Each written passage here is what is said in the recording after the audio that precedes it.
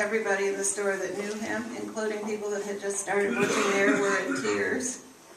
Fortunately, Sue McAllister called and let me know, and I went roaring in front of all of them and insisted on saying goodbye. He intends to take his mission, his talk, everywhere he can from this point on. That's going to be his new work. And he remains upbeat and talking about God, yes, and life being the biggest gift, yes. He was the only up. Speech will be at Friends University. That's right. It's going to be fun to do it. Was it the second week in February? I will bring it to you. The second week, I think, in February, he will talk at Friends to the Freshmen. He said he didn't know if we could come. I thought, oh, no, we're not freshmen. We'll wear hats. Anyhow, I assume we can come. It's early in the morning. I will get that to you. They might, yes. His wife is still working at 12. Harry and something. Dylan's 12. So he still has health insurance, which is a big relief to know. And he's too young for Social Security, so he's in the 60, we asked for, 66 range. He said he couldn't get Social Security until 66. And that, I think, is all I know. Do you know more, Sue? No. It was I knew it was coming. He said it was coming. It was a matter of time. But it still didn't help to look at him and say goodbye. I have a cell phone number if anybody needs to contact him. Get after me fast before I lose it. But I do have one. That's it. Thank you.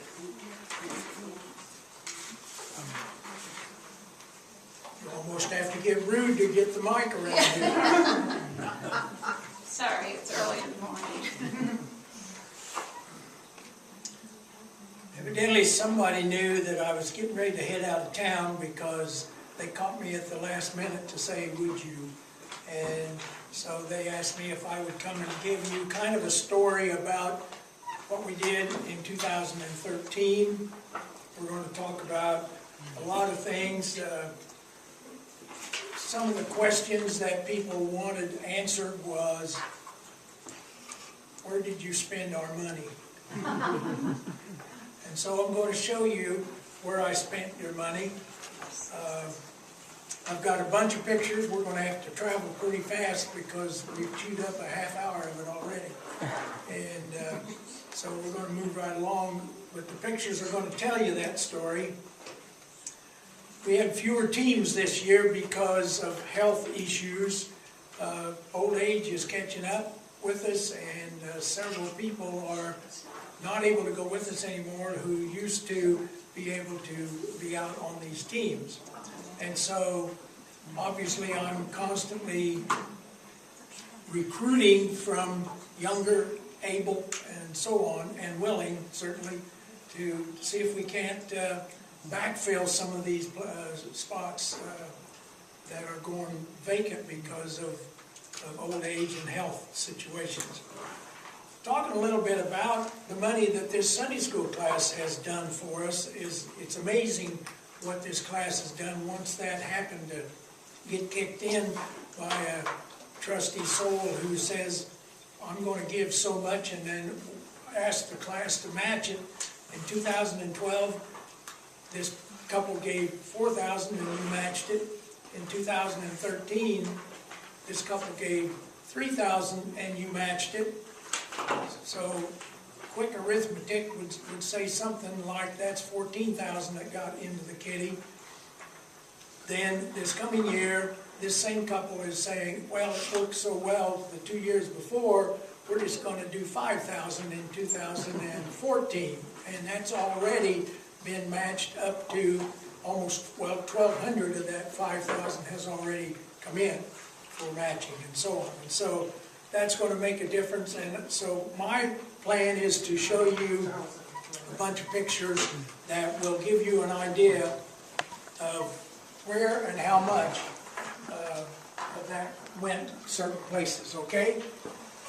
Now, we all know that there's a new conference in our midst, or we're in the midst of the new conference, however you choose to say it.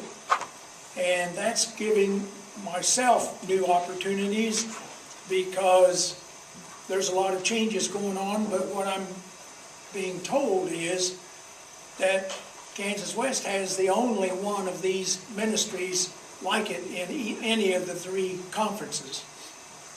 We started out calling it RVers in Mission. It's now VIM. We mostly go RVs, but I've got places for anybody who wants to and not have an RV. We'll take care of you. So don't use that as an excuse. So anyway, one of the new people in the conference that I've met recently is Reverend Evelyn Fisher. She was, I don't know what her title was when she was in Topeka in the Kansas East, but it is now the Director of Congregational Excellence. And one thing I do know about her is she had an awful lot of influence in the VIM ministry in the Kansas East Conference, although, as she admitted, we don't have anything like what you're doing. And so she's very excited about this, and she introduced me to a fellow in the Kansas East Conference who takes teams out for them, but they don't go out of the conference. So I gave him a job to do right away because I had one over in Buffalo, Kansas, if you know where Buffalo, Kansas is. And it was a situation that had come from the, what's the church down south? Brookside? Yeah, Brookside. He was the Hispanic pastor there for some time, and he decided to go back to the ministry and get his degree, I guess they call it, something theological. And so they sent him out to this great big village of Buffalo, which I think has about 125 people. But there's a church there, and there's also a man that goes to that church who is in dire need to get his home fixed up. And I was getting ready to take a team over there when I got introduced to Lonnie. And Lonnie says, hey, that's in my backyard. I should be the one that goes, and if I can't do so, then I'll call you back and you can do whatever. I had a full plate, so I didn't go. There's going to be a lot of new opportunities in the new conference. I'm just getting ready to take a team back up to Nebraska, which gives me kind of an into the Nebraska conference part of, or the Nebraska, well, it's the Nebraska part of the Great Plains Conference and so on. So we're going to be doing a lot of recruiting. Lonnie's going to be a lot of help to me over there, even though he stays home, that is in his own conference area, but he knows a lot of people, and so I had a very good visit with him recently. So I am going to take a team back to Nebraska. I am leaving, by the way, Friday for Dulac, Louisiana, and that's probably what you're seeing on the screen right now. And we've been there 5 or 6 years. Notice at the top where it says CUMC funds. Last January when we went down there, I took $1,000 out of your kitty to go to the work that we're doing down there. This is the house that the lady lives in. We're going to show you her in just a minute, but for 5 out of the last 6 years, that house was flooded. Just a year ago, well, it's now almost 2 years ago, she had to put up on 11-foot stilts. And the reason we were there was because instead of getting flooded, it had high winds and blew the roof off. And so we had to go in and re-sheetrock and redo and the re-flooring and so on and so forth. This is the restaurant that her mother started back in the 30s, and she's still running that restaurant. And you can see the size of that, and I wish I had a couple hours on that one, because that story, when you go to her restaurant, you don't get handed a menu. What you get handed is about 10 words that says, here's what you're eating today. And so everybody that comes there that day eats that. And I can tell you from experience, you don't want to turn it down because it is mighty fine Southern cooking. So anyway, she's been running that restaurant. That's her and one of our guys, Bill Williamson, was showing her a good time there, and one of our Vimmers, who his home is in Valley Center, his wife's home is in Kimberling City, Missouri, but they live in their RV pretty much. Another one of our guys. This is the director of the Dulac Community Center, John Silver, who's a great, great guy. Here we're just putting down the flooring. We're going to move along pretty fast because I got a lot of pictures. And we had to replace the flooring in every room of the house. We had to replace the sheetrock. We had to replace the doors. We had to do a bunch of electrical work and so on. There she's getting her first look at the flooring, and she's one tickled lady. If you're looking for something to do to test your patience, try installing a pedestal sink where there ain't enough room. We finally got it there, and you'll notice at the back edge of the sink, there's something dark strip across there. Well, when the plumbing was put in, long before us, they weren't planning on ever having a pedestal sink, and so the plumbing came out away from the wall so far, we had to jack the sink out of the way in order to line up the plumbing. So anyway, we get all kinds of opportunities. Here, it's typical everywhere you go, either showers or stools flood the floor and rot it out, and so we're replacing the floor here around in front of one of the showers and actually in the community building itself. And so once we got that plywood down, then we had the cement board that we put down, and that does two things. One is it's a good leveling prospect, and it's also very waterproof, and it will protect that floor for a number of years, but there's a lot of work in doing it. There we're just starting with getting the tile down, and that's what it looked like when it was done, and not too shabby for beginners, and so on. And so Dulac is a small community at really the end of the road, and it's a Homa Indian, not reservation, but a Homa Indian settlement, and they do shrimp fishing for their livelihood. And almost every home backs up on the bayou, and they'll have a boat out there of all different sizes. These are big boats here. These are boats big enough with lights and so on, going out fishing at night even. But that's a lively place. The town is about 7 miles long and 3 blocks wide. Block and a half on each side of the bayou. It's very strange, but cool people. Now we've moved over to San Marcos, Texas, and that's the place we've also gone now. This will be our 6th year, I believe it is, or 6th year, I believe. I took $1,525 of your money to that one because we had lots of projects going on. That's the team.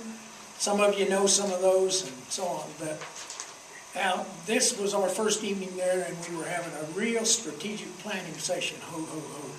And so, but that's the church in San Marcos that we attend, although there are 2 other churches that we go to as well. Here we were given the task to build a couple of decks onto this house because of the quality of life that the people had who lived inside. They couldn't get in and out of their house hardly at all, and so we gave them some decks so they could at least go out and sit on the decks. There, we had to level up the front porch by quite a bit, and so we built the framing for that. And there's the back decks coming along a little more and a little more. There, it's getting ready now for, there's the banister and rail and so on and so forth.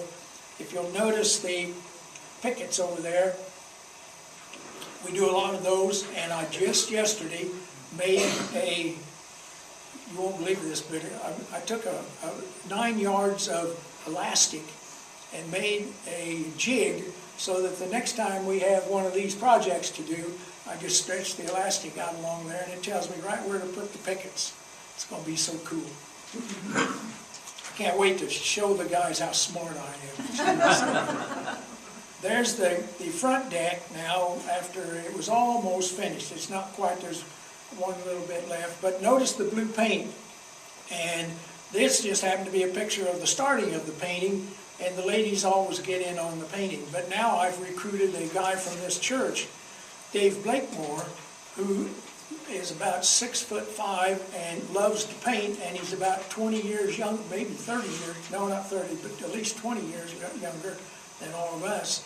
So I'm looking forward to getting him retired so he can go out on this thing. There's just some more painting. I'll show you a little project. This is the beginning of the little project. We couldn't get the bathtub out of the bathroom, and we had to replace the bathtub with the shower, and so I had to cut the tub in two in order to get it out of the bathroom. And so that's the cut in two tub that came out of there. And there we are, just starting to put the thing back. You see all the sheetrock off the wall, but the real task was that we had to jackhammer a trench about 4.5 feet and 6 inches deep into the concrete floor, because when we took the tub out, the drain for the tub was clear over here, but the drain for the shower is going to be clear over here. And so we had to jackhammer that all out. This guy happens to be Dan Nesbitt he was in South Carolina and was our site engineer or site foreman, whatever, for years and years, and we became extremely close friends. And he's here because he was out at Fredericksburg, Texas, working at an RV park out there, and when he found out I was bringing a team to San Marcos, he said, "We'll be over to help you." So they came over. He's good help. There you can see the back wall, and notice the window because it plays a big role here. But we got it pretty well fixed as far as waiting for the plumber to come and hook up the sewer line or the drain line. But I couldn't use regular shower walls around there because of the window. There was no exhaust fan in that bathroom, but there was a window.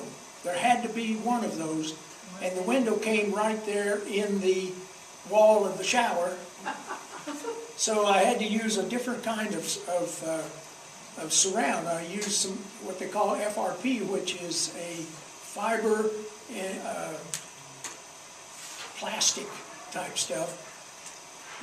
And the reason I had to do that was because I had to be able to cut around that window and leave the window in there. If I'd used regular shower walls, that would have been an issue that I would not have been able to do that. And this FRP stuff is just good old flat surround that you can glue to the wall, and it works beautifully. And then I was able to cut around the window, and there it is, just about finished. Notice that we had to build this wall also because the plumbing for the tub was clear over here, and we had to move the plumbing out about 14 inches out to here in order to reach the shower, because the shower was much less. But the lady who lived there couldn't get in and out of the tub. She had to have you wouldn't believe this, Rube Goldberg thing that she had to slide into the tub and then slide out of the tub. It was a death trap, and so we took care of that. There, I'm just finishing up on that one. So I don't know why I get handed bathroom projects, but I hug more stools and put in more showers than you could ever imagine. Here we're just building a great big pole barn for the Southside Community Center to be able to store a whole bunch of their equipment that they now have to rent storage for. And so we built this shed. Well, that's my pickup. You can see a few tools in there, and so on. And then here, we were working at one of the other churches there. This is a Hispanic church, and so I took one of the gals over there because she's a good painter and a good worker. And of course, all my gals are good painters and good workers. And we get into more different kinds of plumbing jobs than you can ever imagine. This is Bob Moore from Iowa, and he's working. And we had cockroaches almost 3 inches long in that. We must have killed, well, I don't know how many hundred, but a bunch. Yuck. All right, we moved over to McAllen, Texas now. This was March, and our job down there was to work in the parsonages of the church in Donna, Texas, and then move over to the one in Harlingen, and I got pictures of that. What we needed to do here was they had this big back porch that was just wide open, and they have 4 little dogs that are the cutest things and the noisiest things and the most lively things you've ever seen in your life. So we were going to screen this in. They were putting the posts up. Oh, and by the way, I took $1,475 on that project. And you see we're coming along. We're starting to put the siding on there now. And then we're going to, of course, put screen on. And I think the screen is actually on this picture. About everything except the door, and I finished the door. Yeah, he was acting up. I gave him extra duty for that. Anyway, we got it beautifully screened in, and the door hung, and it was doggy proof, and so on. But there was another place, and there's the gals who are painting the door just before I put it on. Now we're painting a little bit over at the church, as well as at the parsonage, and doing some work like that. Here was a fence in that backyard where it wouldn't have kept a bull elephant in, let alone these tiny little chihuahuas. And so we did our magic and built them a nice wood fence. And there's the big heavy gate Bob's showing, and there I think we just had one more board to put on it at that point in time. So nice fence that they could open and close and so on. Now we've moved over to Harlingen, and the pastor is the lady right here in the lower left, your lower left. Nice person, small church, but a lot of work. And so notice here we had to take off a bunch of the bottom 1.5 feet of the siding because it was all rotted, because if you don't have eave troughs and the water drops down and splatters back, it's soon going to eat the wood up. And so the siding had to be taken down and redone. There's a hole in one of the bathrooms we got a chance to fix. Of course, there's always painting to be done, and this is a rare picture because the guy is painting instead of the gals, and so that's why I kept that one. And another hole in another bathroom, so take that down, and then all the insulation is, of course, wet, so you have to replace all of that. This one was a neat electrical job that I got to do while I was there. This is a long, as you can see how far this goes up here. It's a long ways, and then it goes on back this way a ways. They had about 4 light switches along there that were way up high so kids couldn't get to them. But the pastor had to come along with a rigged up hoe that she could turn the light switch off and on up high. Every night she'd have to turn them on, and every morning she'd have to turn them off. And I said, there's got to be a better way. So I rewired all of these lights up and down here and around over in the corner into a little blue box, and then I put the seeing eye up at the top. So in the evenings, when it got just so dark, all the lights came on, and in the morning, all the lights went off. She was happy. Now we're at Horizon. This is the new Welcome Center. Actually, it's about a couple of years old now, but we did a lot of work on building that thing for them. As you see, I took $1,800 down there. That was a team of 31 people, so you can go through a lot of materials in that amount of time. Keep in mind that the $1,800 was only about 1/4 of what we really took, but $1,800 is what I snitched from you people to take on that team.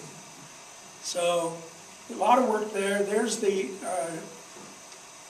dining hall that's about 6 years old now. Big, huge dining hall. And there is Margaret Woods' brother's memorial. Bill Johnson worked with us for several years before he died of cancer. 2 years ago, this coming March, wasn't it? Anyway, he did a lot of work for us and for them down at Horizon, and so they took up a collection, and we ordered a bench to set out, and they made a nice rock garden type area for him. It's beautiful, well deserved. There's the new chapel in its beginnings. It's now done. Thane, who takes care of this stuff, Thane Chastain, is down there now. I don't mean literally right this moment. but he's in the process now of wiring all of that up for the sound and the TVs and, you know, all that good stuff. There's just another picture of it. Here we did a lot of work. We converted one of the cabins into living quarters for a couple who was going to be working there, and they didn't have any place to put them. So we converted all that. We're just building handrails there. But here we're putting down a bunch of flooring, some more flooring, and you can see the tile going on and so on. Horizon is one of our favorites. You probably recognize this clown. That's not a very good picture, but that's Ben. Big Ben Hanna. He comes there to work with us every year. He'll have to drive a little farther now because he isn't at Ark City anymore. He's out at Stafford, and so, but he'll be with us if he doesn't get married. There we're just doing some more tile work around the place. And here you can see all the walls that we had to build in. This is a big linear wall going down there, and then the wall across. We had to build in a whole kitchen, which meant a lot of wiring. We had to rewire that whole darn building, as a matter of fact. And so we did a lot of work. You're going to see ugly pictures up there. There's Charles Allen helping me with the back wall. You can see we put the insulation in and so on, and around the windows and so on. Charles is in bad shape. I'm afraid we're in our last weeks or months with Charles. I'm sad about that. There's some of the wiring going on. We had to install a water heater, of course, but we had to build a wall around where it was going in first, and so we did that.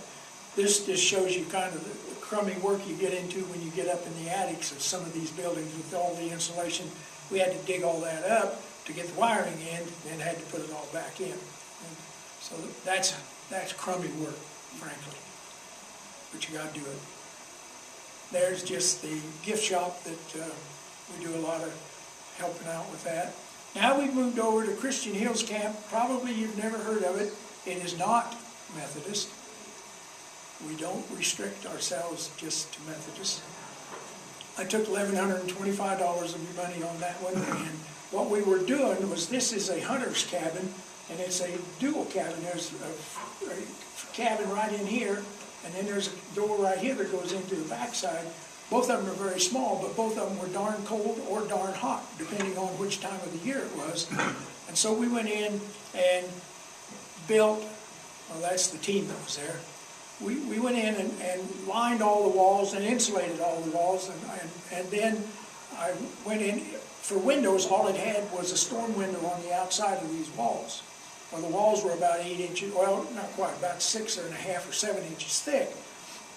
But just a single pane of glass out there, just an old aluminum storm window. Well, crud, in the winter that you couldn't put enough heat in there to keep warm. These hunters pay good money to come out there because that's good hunting country. So what I did was, what I did was to go to Star Lumber, no, not Star Lumber, Sutherland Lumber, and bought some more of those crummy storm windows, but I put them on the inside, so I had 5 inches, 5.5 inches of dead airspace in between them. It cut their heating bill by about 75% to keep it warm enough and the same way in the summer. They said they are amazed at the difference that made, and so a project well worth our time. Here I'm just showing, say, how good we are with getting the ceilings all up there. Sometimes you get into pretty wavy ceilings.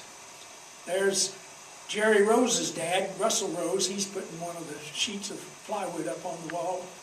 And what we did was line the walls with 2x4s, and that gave us 2 inches or 2.5 inches of, well, actually 1 3/4 inches of insulation that we could stick in there, which makes a world of difference as well. There we're just putting up some of the trim boards. That's kind of what it looked like around before we put the sheet or the siding on it. But there's some of the siding that's finished, you can see, and we put support boards in to hold them tight. And the new windows just were splendid. So anyway, we even lined the closets because those were outside walls in those closets.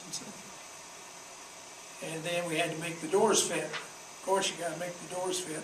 We also hung a bunch of fans in those places, so in the summertime, they can get some air movement.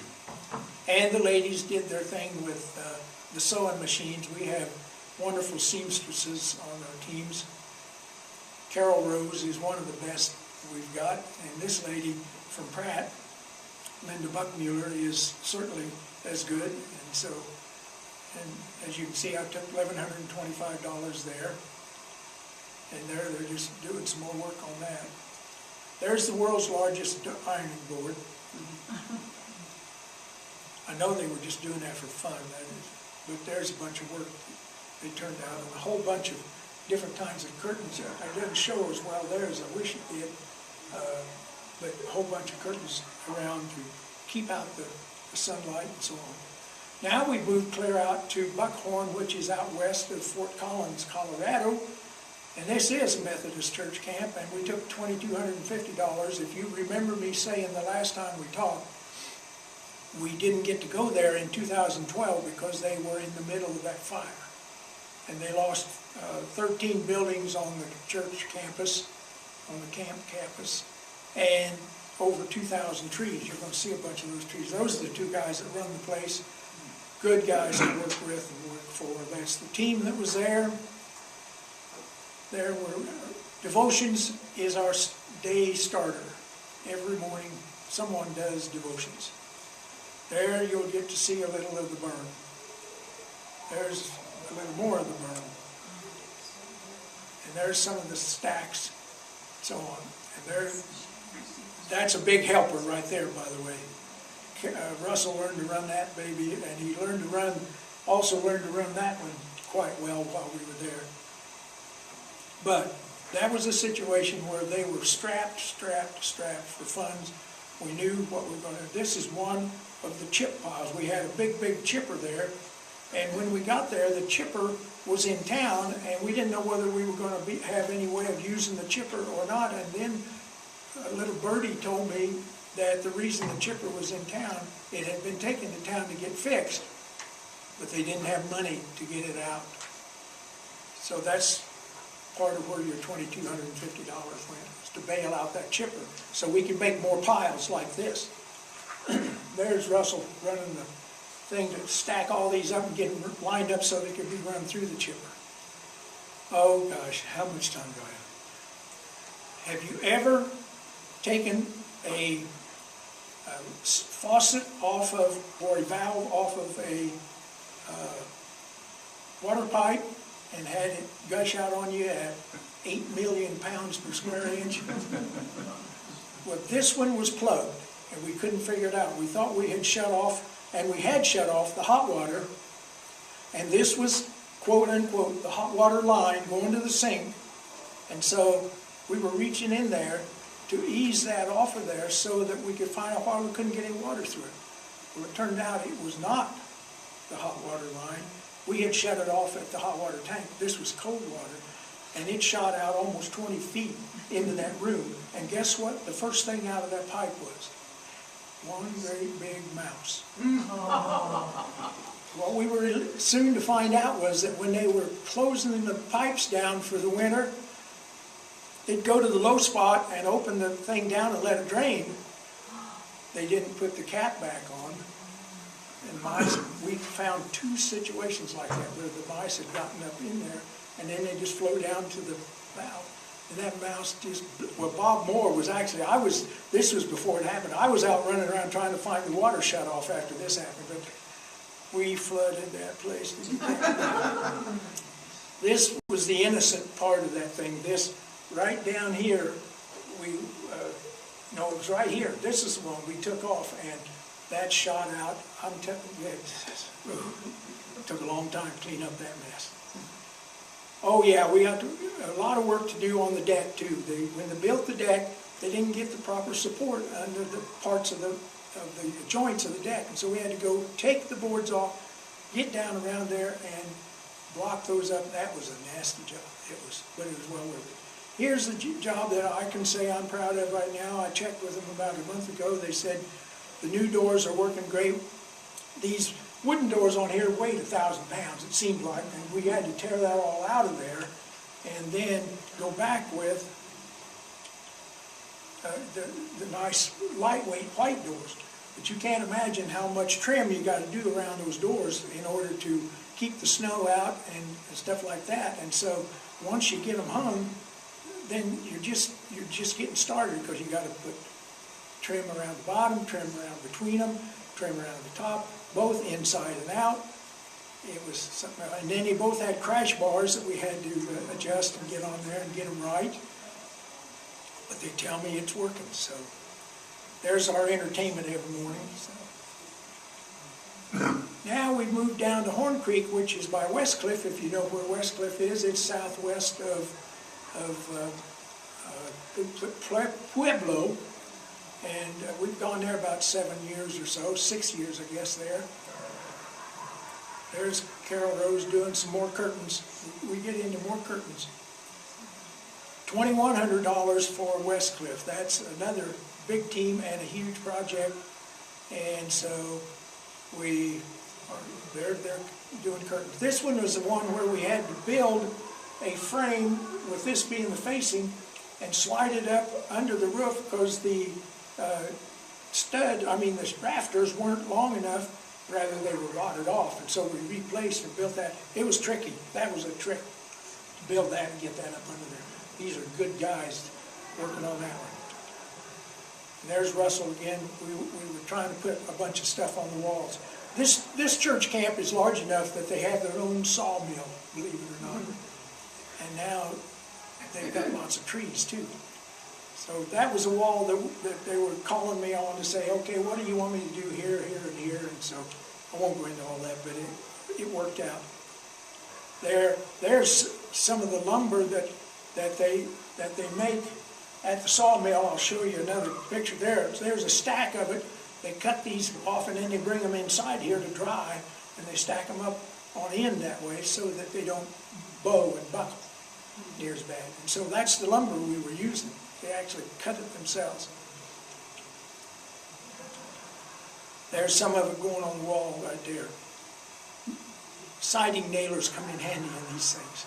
Here we were trying to figure out a way to control the airflow up through here. These are condenser units for the big freezers up in this dining hall, and we were trying to protect those, and so they had us build all kinds there. I'm shoveling a bunch of rocks and dirt. It was a mess, but anyway, here it's coming along a little bit. And notice the door so that we can control the airflow. There's a door at the other end down there also. I don't think I have a picture showing that.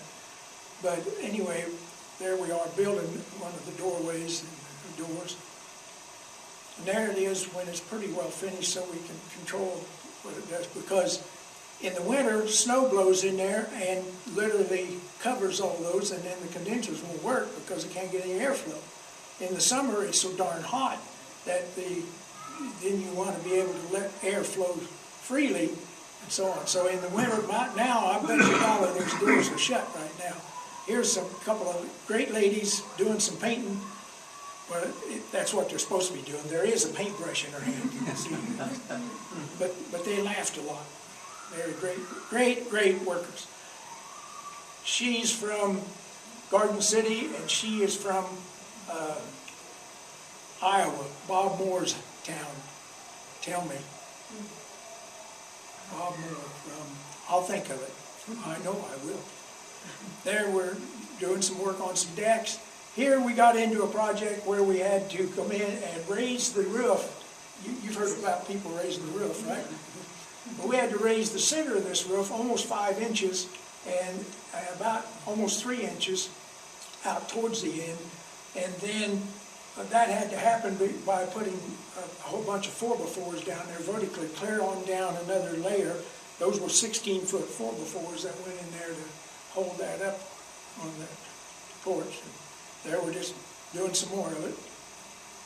So you can see one of them about to go into place there. That was a lot of work.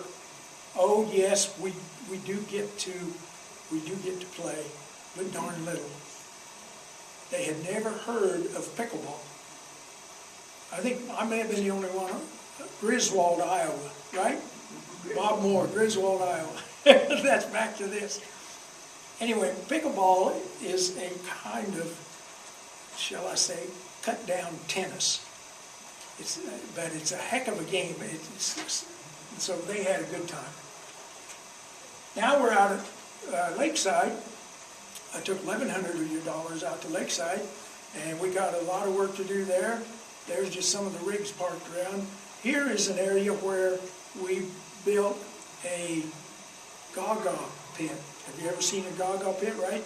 Here is where the gaga pit's going to go. In fact, there's some of it like, well, okay, it isn't here, it's out here, the gaga pit. You're just dying to see a gaga pit, aren't you? There it is, in all its glory. That's the new fun game for teenage campers. Well, young campers, anywhere from 5 years old on up, playing that. They get inside of that, and then it's a little bit like kickball, where you kick the ball, try to hit somebody, and if you hit them, but you have to hit them in a certain area. And if you hit them, kick them, whatever, they're out of the game. We built that one for them out there. Here we're building a roof on here to keep the sun and the rain out and off of those doors and windows and so on when they're going in and out. And we got about that far on it, and then the rain set in, and we had to finish it in the rain. Look at there. Nobody ever accused us of not being smart enough to come in out of the rain, but we did it. Oh, and that was a project we also did out there. We had a shower in the shower house at the swimming pool that had big leaks, and they couldn't figure out. They knew it was in the wall, so you can see I tore the wall out. I get to do the sweet job, so I tore that wall out. And darn if we didn't find the leak right up in here. When they drained the thing, they didn't drain out that part, and it, of course, busted the copper line. So, okay, now we've gone to Alpha Christian Children's Home. Oh my, we're almost out. We did a new kitchen in here. I took $925 of your money there. Here's just some of the kitchen built-ins, and there's some more of the kitchen built-ins. There we got the countertop on now, and the sink is in, and so on. We're making great progress there. We'll be going back to each and every one of these places. We'll be going back to starting this Friday. And there's the wall we built, and Bob Moore is mudding it, and so on. And I know I didn't see anybody writing down all these numbers, but I took $13,300 of the money. That's about a third or a fourth of what we actually spent, but that's what came out of this fund. So if you wondered if you're doing any good, there it is. And I appreciate it beyond measure. And I know a lot of other people that appreciate it even more. Even more. I do appreciate it. You guys are amazing. Yes, I'm getting donations from elsewhere and so on, because again, we took a lot more than this, but this is what came out of this fund last year. And that's all. And I didn't even ask for questions.